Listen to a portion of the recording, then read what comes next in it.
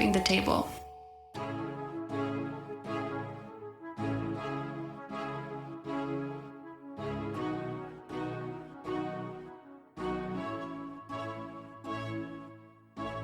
This is Michael, and it's Season 2 of Flipping the Table. This is a podcast featuring honest conversations about food, farming, and the future. I do this because I'm inspired by all the people you will hear.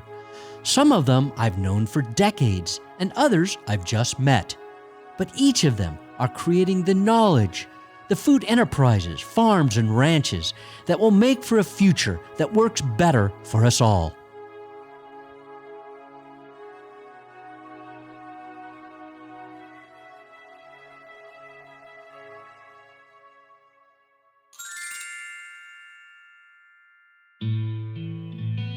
Hello, this is Michael. This is a special episode of Flipping the Table, intended to help us all understand what's happening with the coronavirus and the pandemic and those folks who are on the front line making sure that we're getting fed during this period. I've asked 5 producers, four of which have been previous guests on the show, and one who is slated to be a future guest, actually had been scheduled for the future. And I'm going to ask them 2 questions. And those questions are first, how has this crisis changed your business? How have you flipped the table, so to speak, to prepare yourself to actually get people fed and get product into the hands of folks, given the incredible limitations we're facing, and how are you keeping your business alive? And then the second question is, what lessons are you gleaning about our economy and about our culture from what you've been experiencing and seeing in these days? And so those are the questions. The 5 folks that I've invited, and we may not actually hear from them in this order because some of them are actually in the field working and doing, running their businesses, so they may actually end up speaking in a different order than I'm going to introduce them. But the first is Don Cameron. Don is the managing general manager for Terra Nova Ranch. He's also the president of the State Board of Food and Agriculture. So he advises the governor and the Secretary of Agriculture on food and agriculture policy for the state of California. Anya Fernald, who is the CEO of Belcampo Meat Company, first person we ever did a podcast with, a longtime colleague and friend of mine from the slow food movement way back. And then Judith Redmond, Full Belly Farm, one of the pioneering organic farms, one of the most popular, well-known farms in California, 240 acres of production northwest of Sacramento. Chris Sayer from Petty Ranch down in Ventura County. Petty Ranch grows lemons and avocados and figs, and Chris is a very engaged farmer in his community and has a great social media following and a thoughtful human being. And then Jennifer Reichart from the Sonoma County Poultry Liberty Ducks and also Raft Wine. She's a winemaker, but also the daughter of Jim Reichart, the founder of Sonoma County Poultry Liberty Ducks, and is on the front lines keeping that duck operation, which is basically a restaurant business. They serve all the top restaurants in the United States basically with a duck that you see on the menus, and this has been a real shock to the system for that business. But they're doing yeoman's work, and also she's an incredible winemaker, and that's in the future. She and her husband will be part of a podcast talking about the emerging wine industry and natural wines and the folks that she's working with. But today, as I said, we're going to talk about the impact of COVID and the pandemic. So with that, let's begin.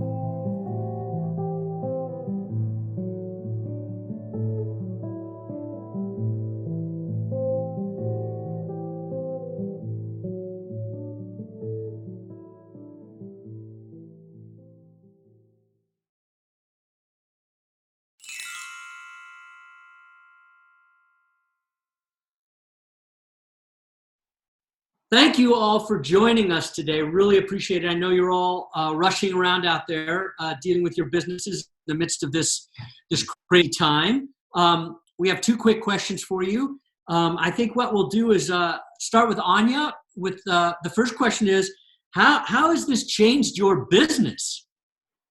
We have pivoted from primarily restaurant-driven revenue to more retail focus. So our gross is down just about 25%, but the mix is very different than pre-COVID. So previously, about 90% of my revenues was coming from the restaurants. Now it's about 50. So our e-com has increased massively, as has our sale to our retailer partners. Uh-huh. And is the mix of products the same? I mean, you could just tell the folks what you sell and about the mix. Sure. We sell commercially about 30 SKUs, so 30 different products from ground beef to lamb merguez to whole chickens and eggs. There's definitely been runs on eggs and ground beef. Those have been the most popular sellers. And then in recent sort of period, 14 days or so, bone broth has been massive for us. So wow. That's not too different from the typical, it's more of what people are able to freeze quickly. So a little bit, but it's really been also location dependent. Our full service butcher shop in Santa Monica has had the most incredible run just on butcher items. The restaurant, of course, which is a massive revenue driver for us, is closed, but the butcher shop's doing higher than normal volume. So it's really a mix, fairly location dependent. Interesting. And how are you? Are people sending orders in and then coming and picking it up? How does that work? Or are they just walking in? So the biggest trend that's happened, so a lot of my, already before COVID, 20% of my gross revenues were always via food delivery, so DoorDashers and Grubhubs. But the smallest performer in that was my app, so my native app. During COVID, my app has increased to 30% of my sales for food delivery, and my food delivery has gone up threefold. So that's been exciting. So people are interested in engaging directly with our brand for their purchases. So that's been the most interesting kind of like interface shift. There's been excitement about connecting directly with us. And then, the sales mix has been more reliant on food delivery, butcher shops, but we're doing a lot of home delivery of butchered meats as well. On our app, people can order eggs, ground beef, et cetera. It's all delivered within 2 hours. So given what a hassle it is to get in and out of grocery stores right now, a lot of people are opting for that app fulfillment. Good. Okay. And then what's happening at the ranches? With the crews up there, how's that? Everybody's been extremely safe and healthy. We've, put masks and done mandatory temperature checks right when things started. So, currently we've not had no COVID cases in the ranch team. Obviously our slaughterhouse team is the most sensitive on that because that would be a major risk factor. At this point, there's been no issues, but we're in a very rural area. In Siskiyou County, there's a very low density of cases in general. Right. Okay. Good. Okay. Well, that sounds great. So, Chris, how about you? How's this impacted your business, if at all? So day to day, it hasn't affected us very much yet. We're a fairly small operation with only one full-time employee other than myself. So we've been communicating pretty much by cell phone, text message, and just the job board in the shop. And, I end up seeing him maybe 20 minutes a week now. The big change for us that's coming is harvest season on the lemons. This is when most of the lemons in the U.S. and Ventura County get harvested. And with a lot of that going to restaurants, that's literally shut down at the moment. We expected to begin harvesting last week. That got pushed this week. Now we're hoping maybe next week. But it's really just come to a complete grinding halt since about half the lemons go to restaurant and food service, and most of the lemons get picked within 6 to 8 weeks. Right in this period, everything is stopped. The packing houses are full, and we really can't harvest more until people buy and consume more lemons. So that's a scary one for us. That's about 2/3 of our income for the year potentially on the line. The avocado side of our business looks a little bit better. Avocado prices are decent, and avocados can hold on the trees for several months. So whereas we would typically have started picking maybe this month or in May, we're looking to hold until July, August, and for some of our fruit maybe as late as September. Okay. Cool. So far though, so far no losses or drop in revenue because you really haven't started harvesting yet. Yeah, the good news, such as it is that we don't typically have much revenue yet anyway. But again, most of our income for the year potentially gets harvested within the next 2 to 3 weeks, and we don't know if there's going to be the ability to move any of it, or if so, how much. Okay. Well, we'll keep our fingers crossed. Buy lemons. Yeah, right. Buy lemons. Judith, how about you? What's going on at Full Belly? Well, Full Belly has, I think, made some massive changes in our operations. We're usually a very community-based farm with, doing orders for all the farms in our community that they come to pick up, and having lots of visitors and tours, events, dinners, weddings, all of that kind of stuff, of course, has ended completely. And we've got a no visitor policy here, which is sort of so surprising to all of us. We have had a very big jump in our CSA, our Community Supported Agriculture Program, and also in home deliveries, just like Anya was describing in her business. We've changed a lot of the way we do business and spent a tremendous amount of time training our employees and talking to them. I think, there's a lot of people in the Northern California area that can work from home, and then there's all of the so-called essential employees who can't. And I think taking care of those people who are working, going to work every day, and thinking about what that really means for them and how to make sure that they both feel safe and are safe is a very big responsibility, and it's something that we're spending a lot of time thinking about.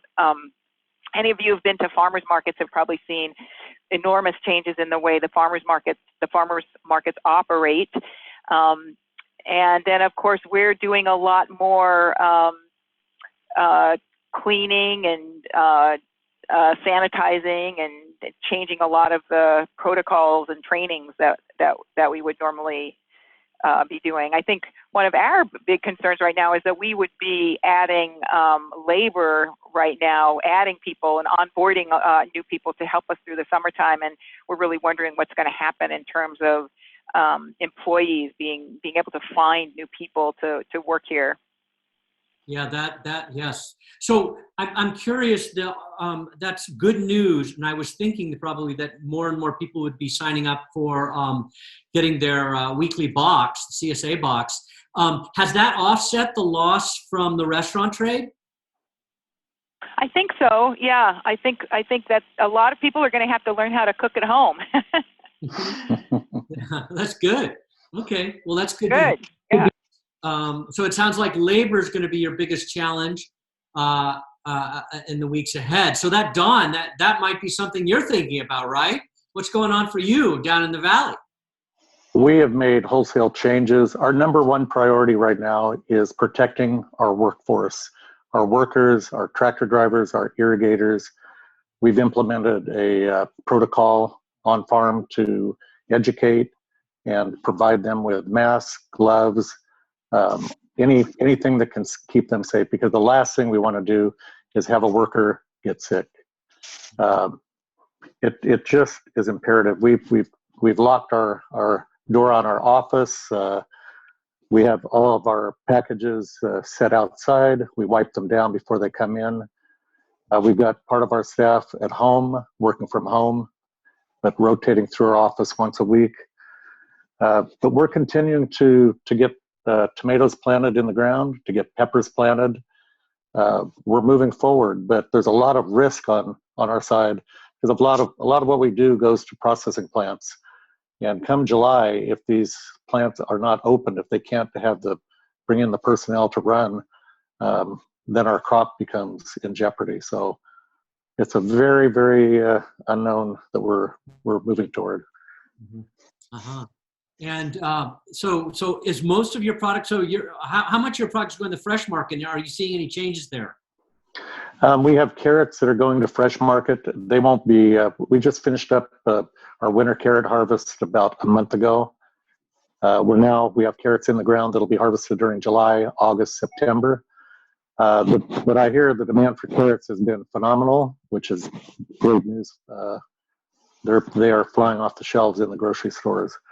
But we do know we lost a contract for cucumbers that were going to be made into pickles to one of the, I think, Subway restaurants. We've had a cutback in overall tomato processing production, a 5% cut with our canner. And I know other canners are trying to figure out exactly what they're going to need if they can get a process this summer. So a lot of uncertainty out there. Yeah, it sounds like it. Unless somebody, I just got a text from Jennifer Reichert at Sonoma County Poultry Liberty Ducks. She's so sorry she cannot participate. She said they're doing deliveries. They got a lot of challenges right now because 95% of their business is restaurants, and it all ended because they ship all over the United States. It's all ended, so they're having to revamp their entire business. So I'm sorry we're going to miss her today. It would have been an interesting thing to hear from her about that, and also her wine. She's also a winemaker, Raft Wines, but we'll miss her. So unless somebody wants to add to what they said earlier, I'd like to move on to the second question. Any thoughts that occurred to anyone around this? The first question. Michael, this is Don. I just, to the south of us, maybe 25, 30 miles, we know that because the restaurants are not taking the products now, a lot of the lettuce that's being grown in this area for this time of year is being left in the field. It's unfortunate, but it's just being left because the demand has gone down. So I've heard that the restaurant trade is somewhere around 8% of what it was 3 months ago. So huge drop in demand. Yeah, that's what a tremendous waste of food, huh? That's terrible.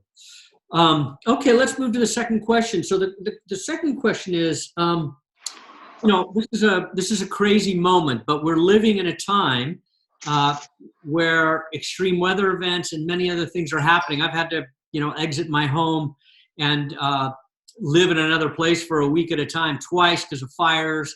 We've had floods here in Sonoma County. I know everybody in California has been really affected by things. Now we have this. And I'm very curious about if you have been considering any lessons learned around the economy and our culture as a result of the times we're living in and the impacts on your businesses and the flexes that you've had to make. What's occurring to you about this time and what you're going to take from it. And why don't we begin this time with you, Judith? It's interesting. I think some of us are wondering if there is some potential for positive transformation in the food system. I think we need our restaurants back. They're an important part of our community. All of us really, really miss them. And at the same time, I think seeing people learning to cook more, seeing people coming to our CSA program and expressing really heartfelt gratitude that we're there for them. I've been on the phone a lot with our members and just hearing their stories about how important it is to them to be getting fresh food. All of those things seem, potentially positive in terms of bringing together the farmers and their customers. So, I think this is a very stressful time for all of us and for many businesses, many individuals, and there's a lot of change, and change is difficult. But it could be that we should think of this as a time that we can pull together even more as a food community. Mm-hmm. Good. Chris. Well, for me, looking at it just operationally, it makes me appreciate that our crop mix is not entirely restaurant dependent for sales, even though that is a significant portion of it. I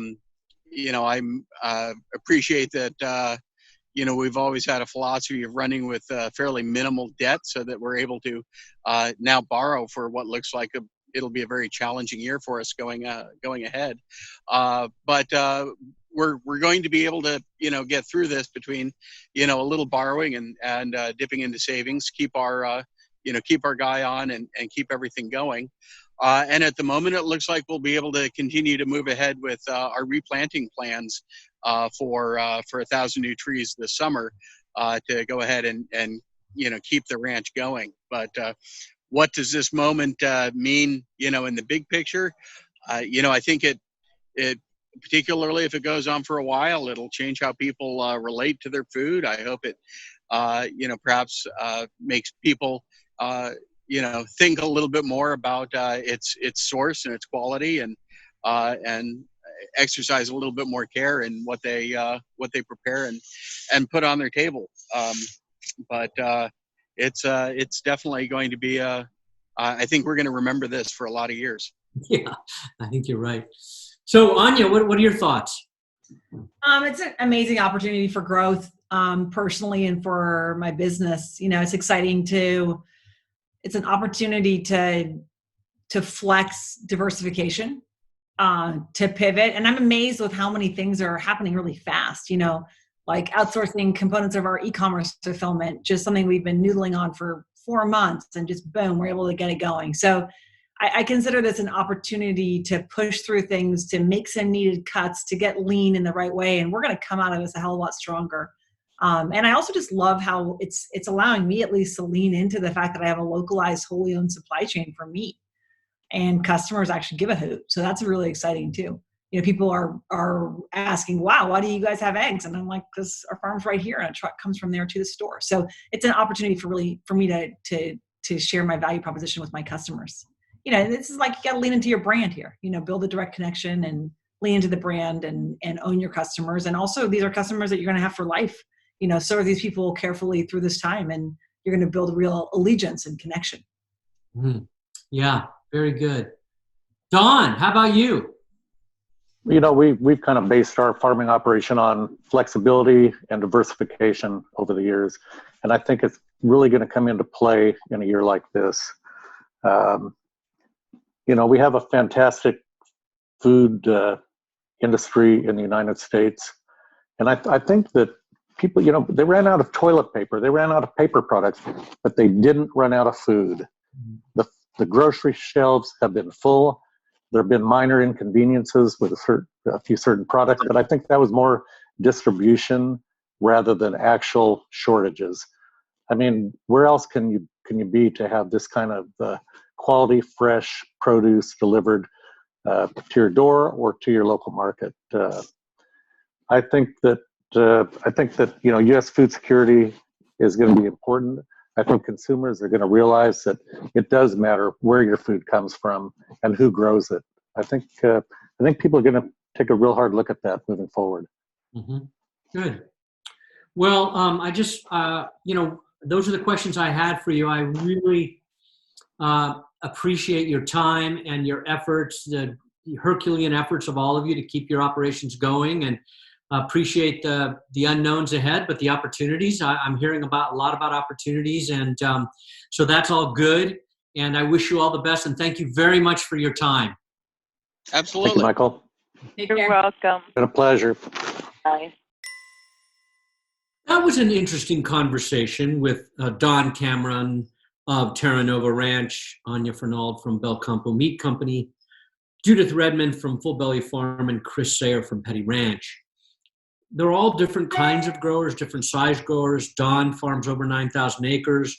Anya runs a multitude of animals, different species on 2 ranches up in far northern California. Judith runs a 240-acre organic, very diversified organic farm in the Capay Valley, west of Sacramento. And Chris Sayer runs a small lemon and avocado and fig operation down in Ventura County. So they're all very different, but there were some common themes, and I got this image as I was listening to them. Some of you may remember that 66 million years ago, a giant meteorite hit the Yucatan Peninsula. And that moment was the dividing line between the dinosaurs and the mammals. After that occurred, the dinosaurs died off very quickly because the atmosphere, the ecology of the earth changed so radically, so quickly, and there was no surviving.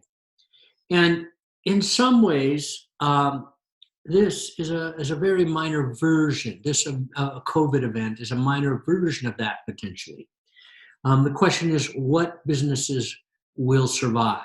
What food-oriented jobs will come back? There's a lot of unknowns. People are very worried about the restaurant trade, and with so many people unemployed now because of what's happened. But it's important to remember that food system folks and food businesses are very close to the ground in a certain way. I'm thinking, when I first started thinking about the idea of resilience, and let's talk about that right now. What is resilience? Resilience is the ability to recover from some sort of a disruption, whether a disease or a natural disaster, economic crisis. Resilience is the ability to recover.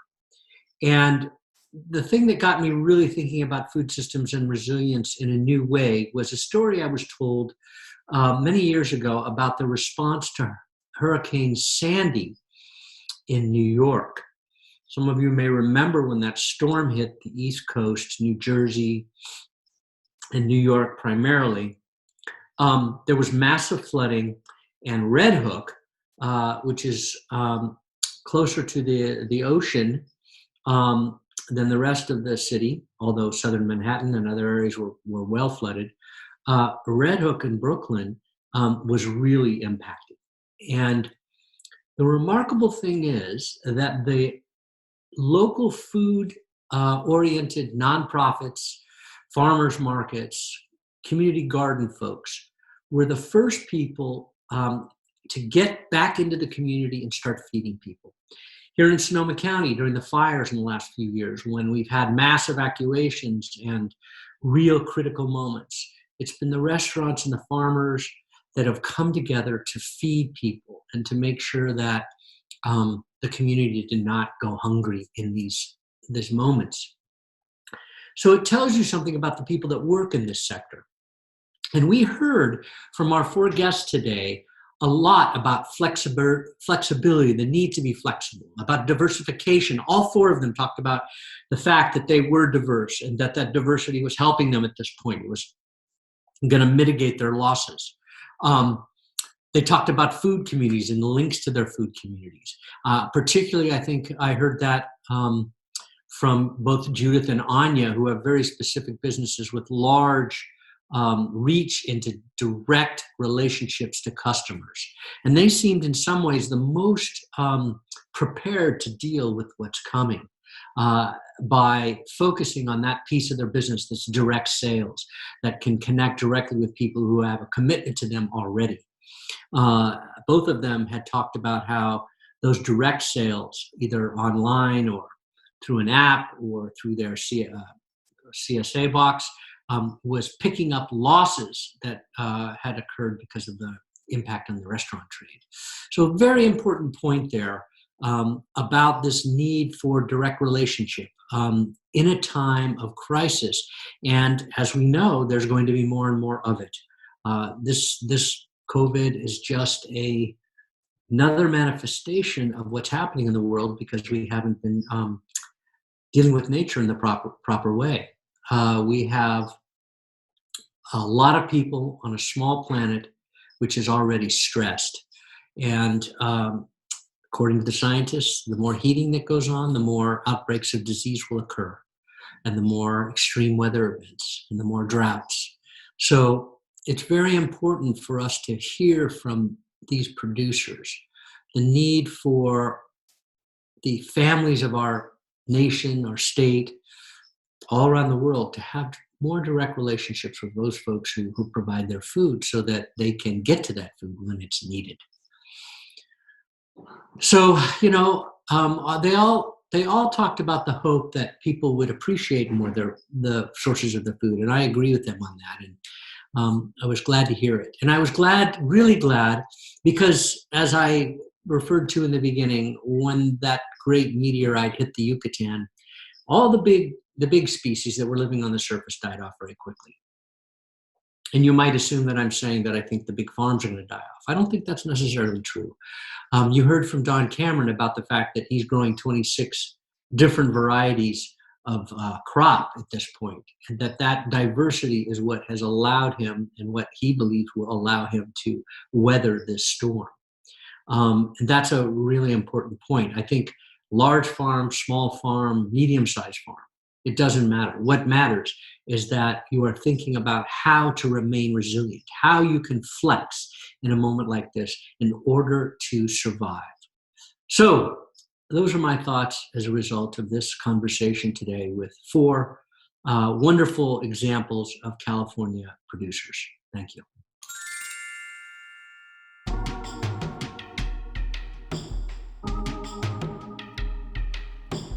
Hey, this is Michael.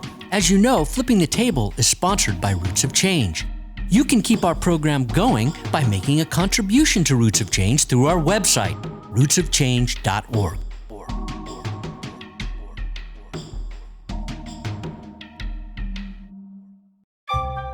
Flipping the Table.